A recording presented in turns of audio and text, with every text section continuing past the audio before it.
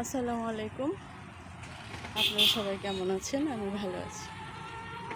আজ আমি আপনাদের দেখাবো একটা সেতু ব্রিজ যে বলেন না কেন, সেই সেতুটা দেখাবো। সেটা হচ্ছে আমাদের বাসেলে যে সাপাড়া, সেই সাপাড়া মানে পাশ দিয়ে যে সেতুটা যাচ্ছে, সেটার রুট হচ্ছে আমাদের বাসাইল, টাঙ্গাইল, সখীপুর, তারপরে নলুয়া, এদিকে সখীপুরের ওইদিকে যতগুলা মানে আছে, সবই এই রাস্তায় আমার মনে হয় আমাদের ওইখানে যে স্ট্যান্ডে থেকে যে টাঙ্গাইলের রুট, সেটার থেকেও বেশি ব্যস্ত এই রুটটা।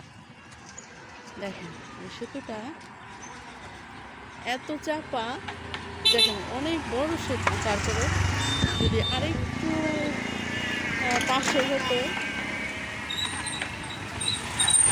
আরেকটু পাশে থাকলে হয়তো বা আরেকটু ভালো হতো, কারণ একটা গাড়ি ক্রস করতে গেলে একদম আড়াআড়ি হয়ে যায়।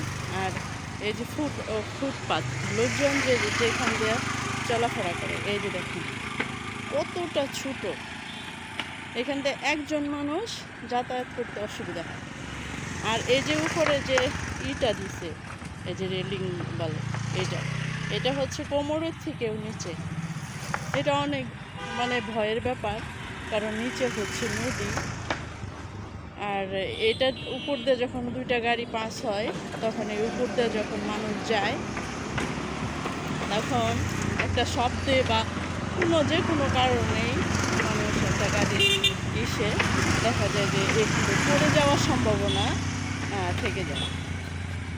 এই রেলিংটা যদি আরেকটু উঁচু হতো, তাহলে হয়তো এই ভয়টা থাকতো না। আর এই যে ফুটপাত সেটা যদি আরেকটু ফেরি হতো, তাহলে হয়তো এখন একজন মানুষই যাওয়া কষ্ট।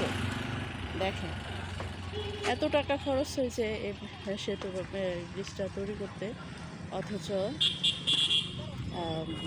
একদম চাপা। বিশেষ করে এই যে ফুটপাত যে লোকজন যাওয়া আসা করে, সেইখানে দেখেন একটা ট্রাক আসতেছে। এই রুটটা অনেক ব্যস্ত। এই সখীপুরের ওইখানে টাঙ্গাইল থেকে সখীপুর, নলুয়া, এদিকে যত গাড়ি আছে সব এই রুটে চলাফেরা করে, কারণ এই রুটটা অনেক ভালো। এই রুটে যত যাতায়াত করতে অনেক সুবিধা হয়।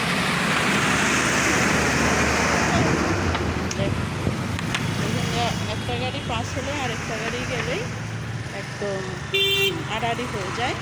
আর বিশেষ করে আপনাদের দেখালাম হচ্ছে এই ফুটপাতটা। এইখানে বিশেষ করে সকালবেলায় এত ব্যস্ত থাকে মানুষ, লোকজন পায়ে হেঁটে বাজার বা অন্য জায়গায় যায়। এটা হচ্ছে এই উত্তরপাড়া এবং এইদিকের ব্রিজ পার হয়ে এইখানে বাজার, আমাদের বাসার যে বাজারটা, সেইখানে এই জন্য অনেক ভিড় থাকে। আমি এই ফুটপাতটা দেখালাম। এখানে একজন মানুষ হাঁটলেই আর হাঁটার না। আর বিশেষ করে রেলিংটা একদম নিচু, এখান থেকে উপরতে পড়ে যাওয়ার সম্ভাবনা আছে। ঠিক আছে, আমার চ্যানেলটিকে সাবস্ক্রাইব করবেন। যদি সামান্য পরিমাণেও কারো ভালো লাগে, আমার চ্যানেলটিকে লাইক কমেন্ট শেয়ার করবেন। আল্লাহ হাফেজ।